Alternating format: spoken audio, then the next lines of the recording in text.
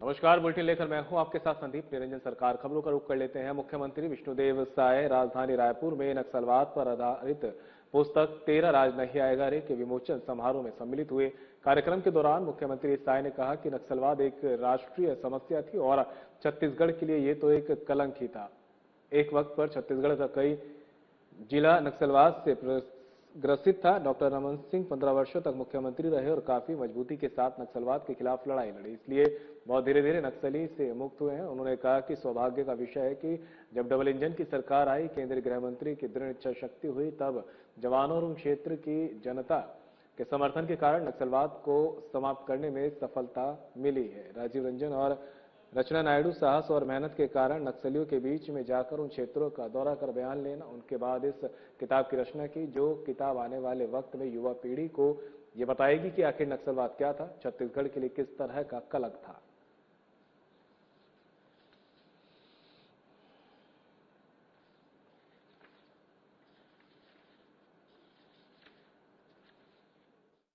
जी की किताब 13 राज नहीं आएगा रे, इसका विमोचन आज यहाँ पे हुआ है और बहुत बड़ी संख्या में बुद्धिजीवी यहाँ उपस्थित थे।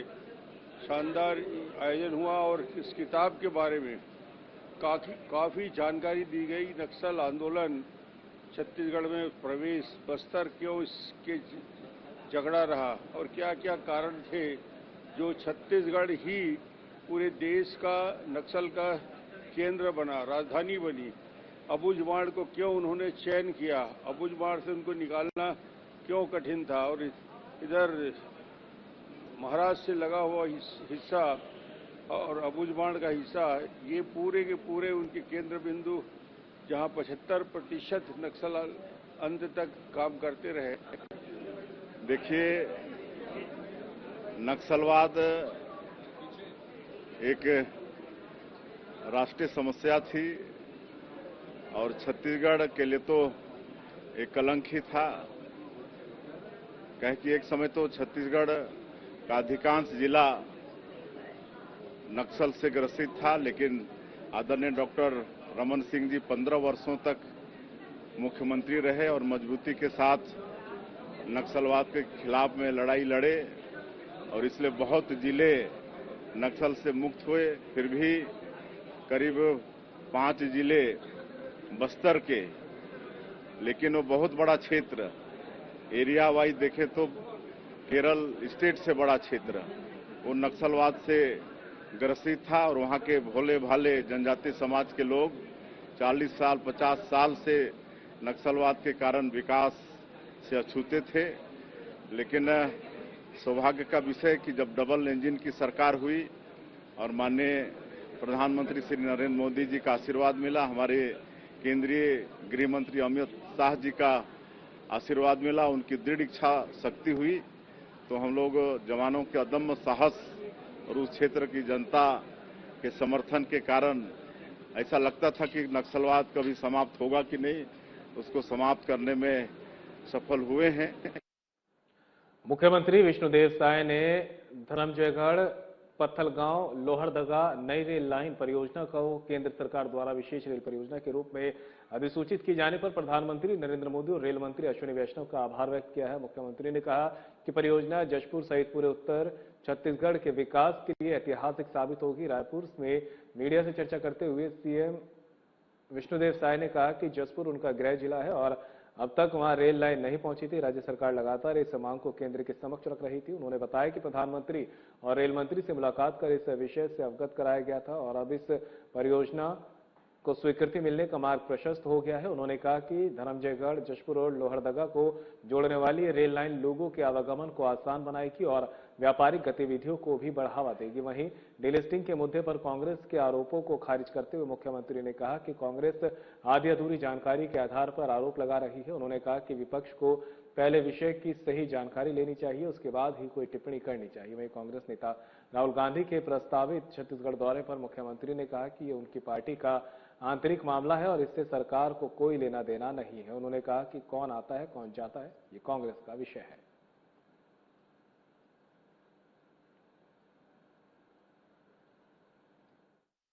जशपुर हमारा गृह जिला है और वो रेल से अछूता है, कहीं से भी रेल से जुड़ा नहीं है।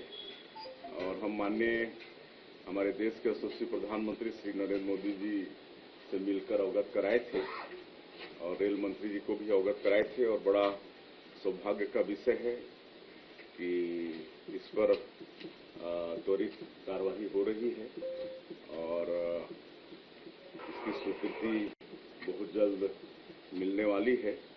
तो हमारा जो धर्मजयगढ़ से लेकर जसपुर होते हुए लोहरदगा ये रेल मार्ग ये जुड़ जाने से हमारे जिलों को इसका बहुत फायदा होगा। लोगों के आने जाने में, व्यापार के क्षेत्र में हर दृष्टिकोण से लाभ होगा।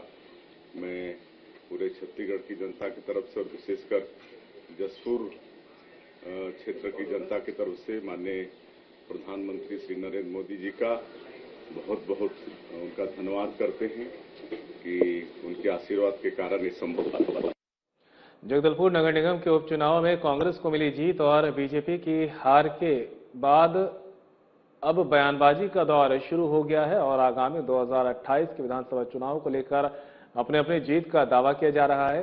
एक उपचुनाव में कांग्रेस ने ऐसी जीत हासिल कर ली है जिससे वो अब फूले नहीं समा रहे और दावा कर रहे हैं कि प्रदेश में बीजेपी की उल्टी गिनती शुरू हो चुकी है और जनता का आशीर्वाद आने वाले समय में कांग्रेस को मिल जाएगा। वहीं बीजेपी एक हार को लेकर भले चिंतित मनन कर रही हो, लेकिन कांग्रेस के इस जीत पर तंज भी कसा है। जगदलपुर के पूर्व विधायक ने तो यहां तक दावा कर दिया कि अहम और घमंड में सवार भाजपाइयों को जनता अब उतारने वाली है और एक उपचुनाव में जनता ने बता दिया कि अब आगे होने वाले 2028 विधानसभा चुनाव में छत्तीसगढ़ में सत्ता बदल जाएगी और उन्हें जनता का आशीर्वाद और जनादेश मिल जाएगा। कांग्रेस के इस बयान पर पलटवार करते हुए जगदलपुर बीजेपी प्रदेश अध्यक्ष ने तंज कहा और कहा कि कांग्रेस इस जीत पर सोशल मीडिया में ये लिख रही है कि उन्होंने निगम में कब्जा कर लिया है, निगम में मेयर उनका बन गया, विधानसभा और लोकसभा जीत जाएंगे। ये कुछ ज्यादा हो गया है, जनता सब जानती है और देख भी रही है।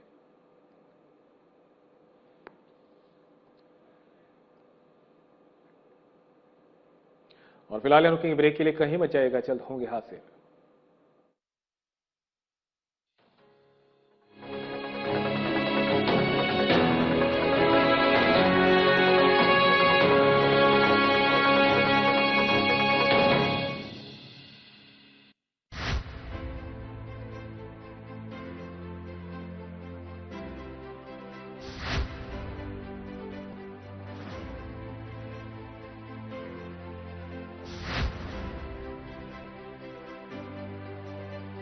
विजन 2047 की बात करते हैं। हाँ, पिक्चर पूरी बाकी है तो बहुत देश को आगे ले जाना है। वो तो ये था कि शतरंज की बिसात बिछाई जाती थी कि किस तरह से बिसात बिछाई जाए कि हम सामने वाले को पटका नहीं देते, लेकिन आजकल गुगली फेंका जा रहा है बहुत ज्यादा।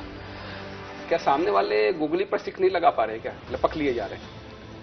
कांग्रेस पार्टी के बैट्समैन तो गोल्डन डक में आउट होने वाले हैं।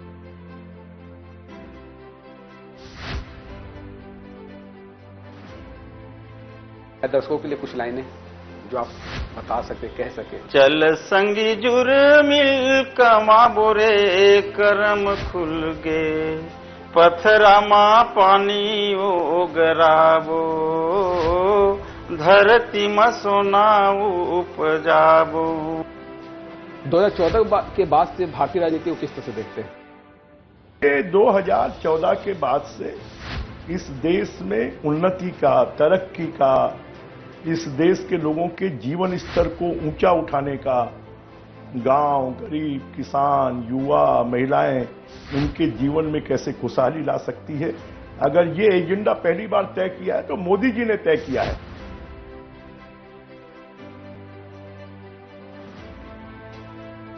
से काम होना चाहिए था जो नहीं हो पाया।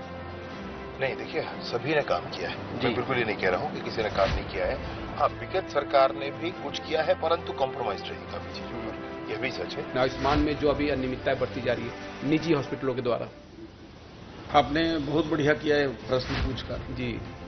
मेरी इससे भावनाएं भी जुड़ी हुई हैं, क्योंकि मैं एक ऐसे क्षेत्र से आता हूं जहां लोगों को बीमार होने के बाद छोटे छोटे टेबलेट्स के लिए मुर्गियां बेचते देखा हूं। कि सत्ता रहे तो संगठन का काम बहुत राह आसान हो जाता है या चुनौतियां और बढ़ जाती है? नहीं नहीं, संतुलन, बेहतर संतुलन के साथ सब काम कर रहे हैं। देखिए, ये कहने को एक वो बन गया है कि सत्ता और संगठन, वरना सत्ता में कौन है बताइए ना। विष्णुदेव साय जी मुख्यमंत्री जी हैं, लगातार अध्यक्ष रहे हैं। महतारी वंदन योजना से मंत्री जी आपने किस तरह का बदलाव देखा महिलाओं के बीच? सबसे पहले तो विशेष साधना न्यूज को बहुत बहुत धन्यवाद देना चाहूँगी कि आज मुझे लगता है इस तरह से पहली बार आपसे फेस टू फेस हो रहा है। और दूसरी बात ये है कि हमारे लिए नहीं, ये तो छत्तीसगढ़ में भारतीय जनता पार्टी की सरकार बनाने में महत्वपूर्ण भूमिका निभाई है महतारी वंदन योजना।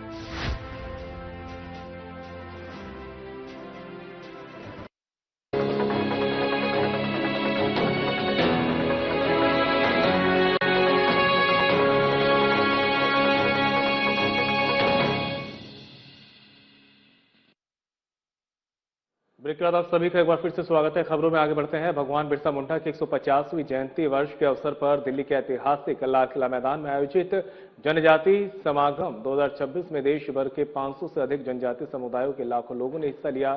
समागम में जनजातीय संस्कृति, परंपरा, आस्था और संवैधानिक अधिकारों के संरक्षण का संकल्प लिया गया। कार्यक्रम से पूर्व राजधानी दिल्ली में विभिन्न स्थानों से भव्य शोभा यात्राएं निकाली गई, जिनमें पारंपरिक वेशभूषा, लोक नृत्य, मांदर की थाप और सांस्कृतिक झांकियों ने लोगों का ध्यान आकर्षित किया। शोभा यात्रा लाल किला मैदान पहुंचकर विशाल जनसभा में परिवर्तित हो गई। समागम में वक्ताओं ने कहा कि जनजातीय समाज केवल प्रकृति का रक्षक नहीं बल्कि भारत की सांस्कृतिक चेतना का जीवंत प्रतीक है। वक्ताओं ने इसे टिकाऊ विकास का आदर्श मॉडल बताया है। जनजातीय सुरक्षा मंच के प्रतिनिधियों ने कहा कि आयोजन केवल सांस्कृतिक कार्यक्रम नहीं बल्कि जनजातीय पहचान और अधिकारों से जुड़े मुद्दों को राष्ट्रीय स्तर पर उठाने का मंच है। उन्होंने कहा कि जनजातीय पहचान केवल संवैधानिक सूची का विषय नहीं बल्कि आस्था, संस्कृति, परंपरा और सामुदायिक जीवन पद्धति से जुड़ा हुआ प्रश्न है। मंच ने यह भी मांग उठाई है कि जो व्यक्ति अपनी पारंपरिक जनजातीय आस्था, संस्कृति और सामाजिक रीति रिवाजों का परित्याग कर देता है, उसे अनुसूचित जनजाति वर्ग से मिलने वाले संवैधानिक लाभों पर पुनर्विचार किया जाना चाहिए।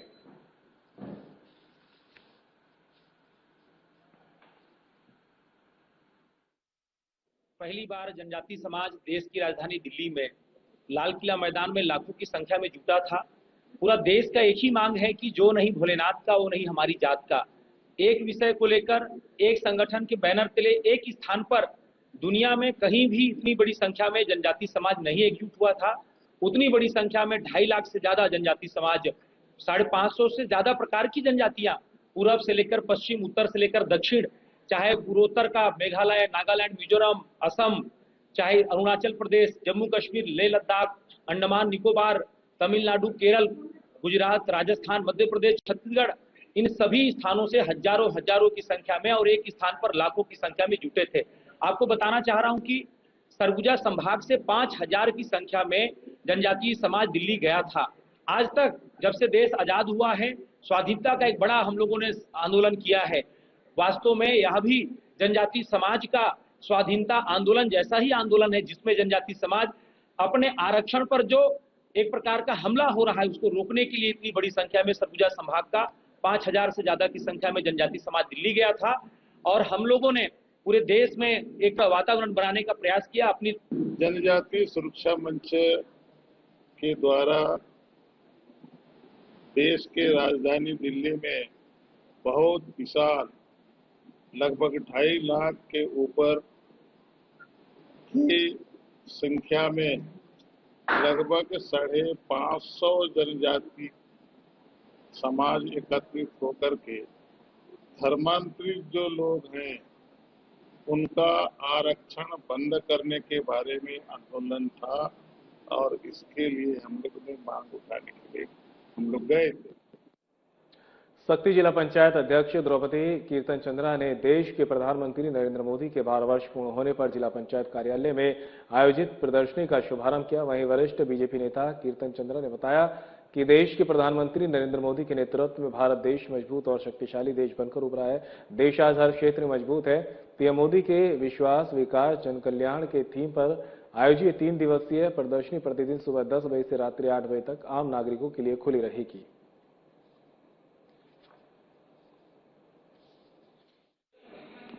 हमारे जिला पंचायत में प्रदर्शनी लगाया गया है। माननीय नरेंद्र मोदी जी के 12 वर्ष में जो कार्य हुआ है उसको वहाँ पर दर्शाया गया है, टीवी के माध्यम से दिखाया गया है। जो बाहरी लोग आए वहाँ देखें और समझें, जाने कि हमारे नरेंद्र मोदी जी ने जो हमारे साथ हमारे देश के लिए जो विकास किया है उसको आकर देखें, समझें, जाने। मोदी जी के 12 वर्ष बेमिसाल, उन्होंने भारत को विकसित राष्ट्र बनाने के लिए जितना कार्य किया गया है उनके द्वारा, उस प्रदर्शनी के माध्यम से जिला पंचायत में उसकी झलकियां लगाई गई हैं, ताकि आम जन, ग्रामीण जनता आकर के देखें कि भारत को मोदी जी के द्वारा जो 12 साल में कौन कौन से ऐसे विकास के गाथा रचे हैं उनको जाने, उसको समझे। इसलिए जिला पंचायत में आदरणीय नरेंद्र मोदी जी के जो 12 वर्ष के विकास की गाथा है उसका प्रदर्शनी लगाया गया है। साथ ही वहाँ जांजगीर चांपा जिले के मुलमुला थाना क्षेत्र में निर्माणाधीन मकान से लाखों रुपए के एयर कंडीशनर और पंखों की चोरी का पुलिस ने 24 घंटे के भीतर खुलासा कर दिया है। पुलिस ने इस मामले में 2 सगे भाइयों को गिरफ्तार कर चोरी का पूरा सामान और वारदात में इस्तेमाल मोटरसाइकिल बरामद कर ली है। मामला मुलमुला थाना क्षेत्र का है, जहां नरियरा निवासी राहुल अग्रवाल ने अपने निर्माणाधीन मकान में फिटिंग के लिए रखे गए 17 एयर कंडीशनर और 4 सीलिंग फैन में से 4 एसी और 2 पंखे चोरी होने की शिकायत दर्ज कराई थी। मामले की गंभीरता को देखते पुलिस टीम ने जांच शुरू की। इस दौरान आसपास लगे सीसीटीवी कैमरे फुटेज खंगालने पर एक संदिग्ध युवक दिखाई दिया, जिसकी पहचान बनाहिल निवासी अमित केवट के रूप में हुई है। पुलिस ने अमित को हिरासत में लेकर पूछताछ की। पूछताछ के बाद उसने अपने बड़े भाई अमर केवट के साथ मिलकर चोरी की वारदात को अंजाम देना स्वीकार किया।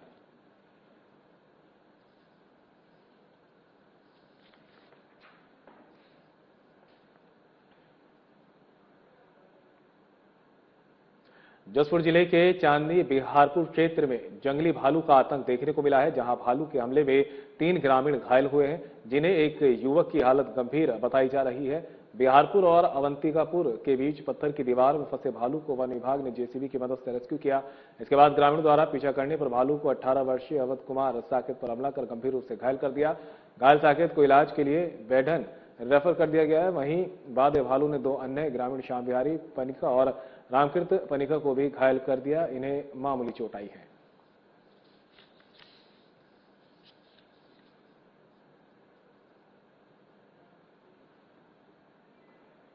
इजरायल के बीच बढ़ते तनाव के कारण वैश्विक तेल बाजार प्रभावित हुआ है। पेट्रोल डीजल की कीमतों में बढ़ोतरी और आपूर्ति संबंधी समस्याओं के बीच खैरागढ़ से डीजल चोरी की एक बड़ी घटना सामने आई है। नया बस स्टैंड खैरागढ़ में देर रात अज्ञात चोरों ने 5 यात्री बसों के डीजल टैंकों के ताले तोड़कर करीब 300 लीटर डीजल चोरी कर लिया। चोरी हुए डीजल की कीमत लगभग 30,000 रुपये बताई जा रही है। बस स्टैंड के आसपास लगे सीसीटीवी कैमरों में एक स्कॉर्पियो देर रात करीब 2 बजे परिसर में आती दिखाई दे रही है।